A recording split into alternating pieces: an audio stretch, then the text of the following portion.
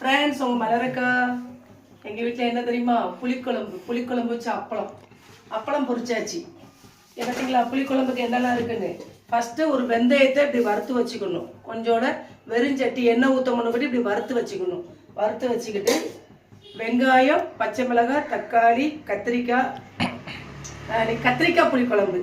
பார்த்தீங்களா ஃப்ரெண்ட்ஸ், இந்த வெங்காயத்தையும் இதையும் போட்டு இப்படி வதக்கிட வேண்டியதான். 2 வெந்தயம் போட்டுக்கணும்.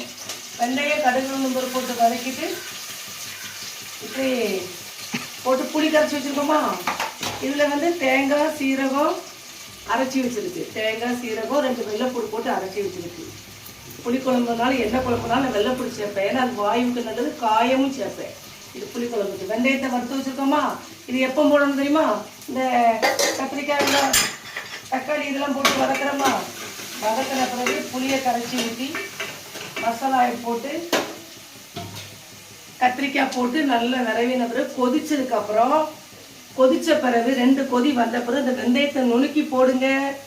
கொஞ்சம் காயம் போட்டு இது பண்ணுங்க. நல்லெண்ணெய் ஊற்றி தான் புளிக்குழம்பு வச்சு ரொம்ப சூப்பராக இருக்கும். ஃப்ரெண்ட்ஸ், கத்திரிக்காய் தக்காளி வெங்காயம் தக்காளி வதக்கியாச்சு. கத்திரிக்காய் வெட்டி வச்சுருக்கு. புளி கரைச்சி வச்சுருக்கு. தேங்காய் சீரகம் வெள்ளைப்பூடு அரைச்சி வச்சுருக்கு.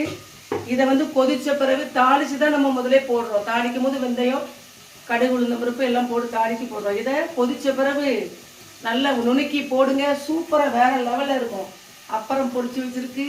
ஃப்ரெண்ட்ஸ், சாப்பிட வரீங்களா? எங்கள் வீட்டில் இன்றைக்கி கத்திரிக்காய் புளிக்குழம்பு வச்சு அப்பளம் பொரிச்சு சிம்பிளாக வச்சாச்சு. கீரை கூட வாங்கணும்னு நினச்சோம், வாங்கலை. ஃப்ரெண்ட்ஸ், எங்கள் வீட்டில் சமையல் ரெடி. சாப்பிட வரீங்களா? நம்ம வீட்டில் எழுதுன்னு கமாண்டில் சொல்லுங்கள். சாப்பிட வரீங்களா? கமாண்டில் சொல்லுங்கள். என்ன ஃப்ரெண்ட்ஸ், எங்கள் வீட்டில் புளிக்குழம்பு. தேங்க்யூ.